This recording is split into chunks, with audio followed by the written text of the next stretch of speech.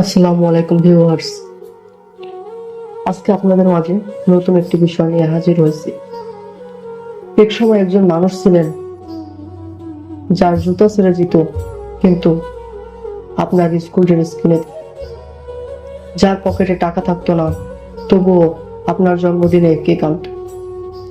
যার কাঁধে ছিল সংসারের হাজার দায়, তবুও মুখে হাসি লেগেই থাকত, আমার সন্তান বড় হবে এই আশায়।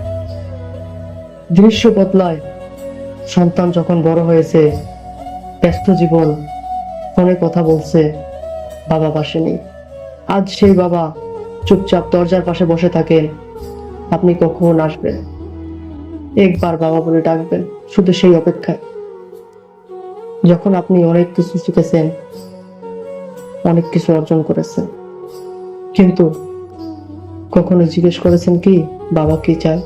আর একটু সময় আসবে যখন বাবা বলে ডাক দিবেন, কিন্তু উত্তর আসবে, তখন বুঝবেন যাকে সবচেয়ে বেশি অবহেলা করেছিলেন তিনি ছিলেন আপনার সবচেয়ে আপন মানুষ।